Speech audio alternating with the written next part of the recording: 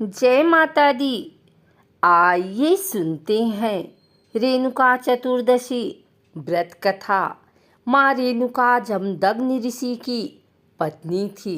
माता रेणुका के 5 पुत्र थे, जिनके नाम क्रमशः रूमवान, सुषेण, वसु, विश्वासु एवं परशुराम।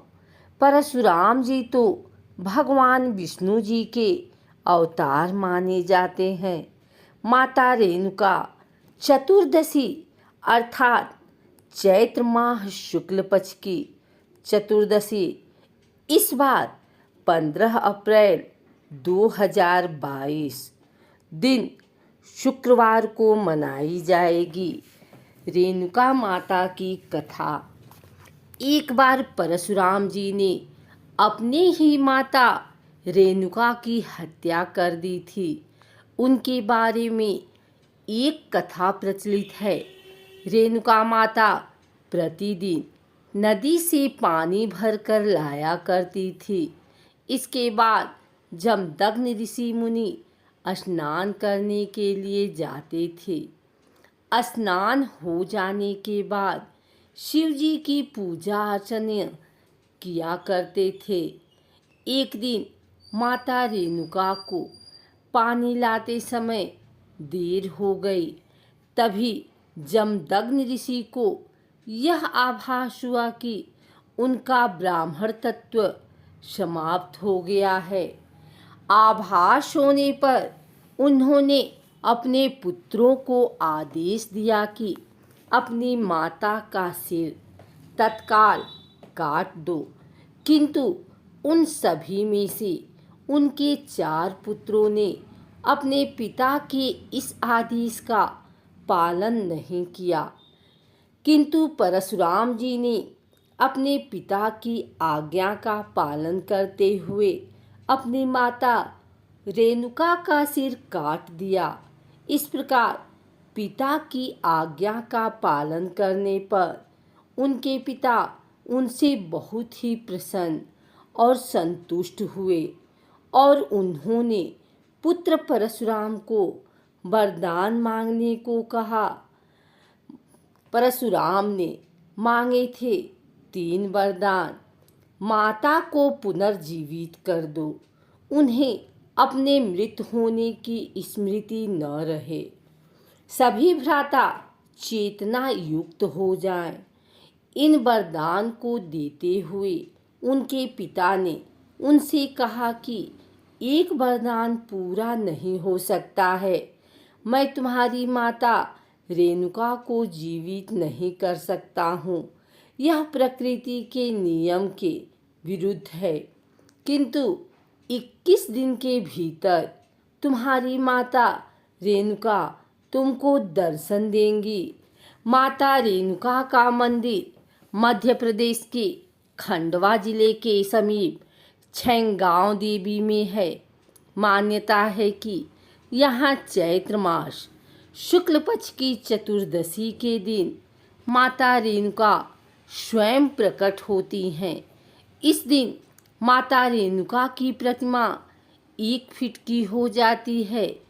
इस दिन इस मंदिर में असंख्य भक्तगण अपनी मनोकामना को लेकर रेणुका माता के दरबार आते हैं। कहा जाता है कि आज से 500 वर्ष पहले माता रेणुका की प्रतिमा इस मंदिर में स्वयं ही प्रकट हुई थी।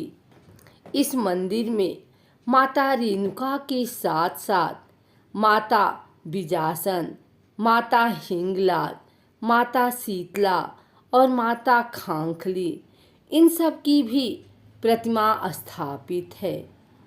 यह स्थित बावड़ी के पानी से स्नान करने पर सभी शारीरिक कष्ट दूर होते हैं।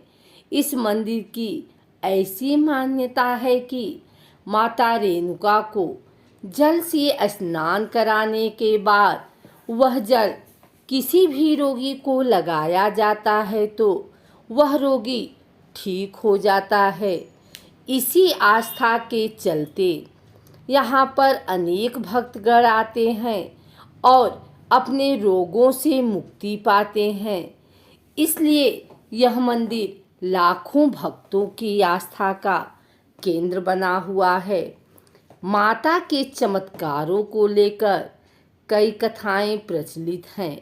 स्थानीय लोग बताते हैं, एक बार मंदिर में 3 चोर घुसे और कलश चुरा लिया। वे कुछ ही दूर पहुँचे थे कि माता के प्रताप से तीनों पत्थर बन गए। इनमें से एक चोर के सिर पर कलश रखा रह गया। स्थानीय लोगों का कहना है कि यहाँ पर 6 देवियाँ एक साथ प्रकट हुई थी, इसलिए इस गांव का नाम 6 गांव देवी है। अब यहाँ पर केवल 5 ही देवी की प्रतिमा स्थापित है। माता भवानी यहाँ से चली गई हैं। गांव के लोगों का कहना है कि माता ने अभी तक अनेक चमत्कार दिखाए हैं।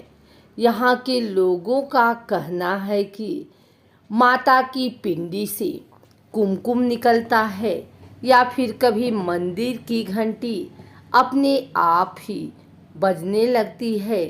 गांव के लोगों का ऐसा मानना है कि यह होना माता का कोई शुभ संकेत होता है। ऐसा माना जाता है कि इस दिन माता रेणुका की कथा पढ़ने या सुनने से वे अपने भक्तों की सारी मनोकामना पूर्ण करती हैं। एक दूसरी कथा के अनुसार महर्षि भृगु ने सरयू नदी की जलधारा को अयोध्या से अपने शिष्य दर्दर मुनि के द्वारा बलिया में संगम कराया था। यह स्थान की परंपरा लगभग 7000 वर्ष पुरानी है। यहाँ स्नान एवं मेले को महर्षि भृगु ने प्रारंभ किया था। प्रचेता ब्रह्मवीरुड़ी के पुत्र महर्षि भृगु का मंदराचल पर हो रहे यज्ञ में ऋषिगणों ने त्रिदेवों ब्रह्मा, विष्णु और महेश की परीक्षा का काम सौंप दिया। इसी परीक्षा को लेने के क्रम में महर्षि भृगु ने क्षीर सागर में विहार कर रहे भगवान विष्णु पर पद प्रहार कर दिया।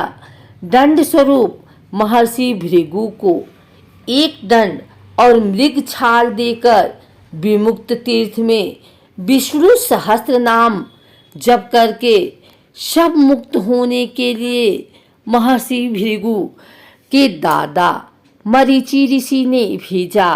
तब महर्षि ने यहीं तपस्या प्रारंभ की।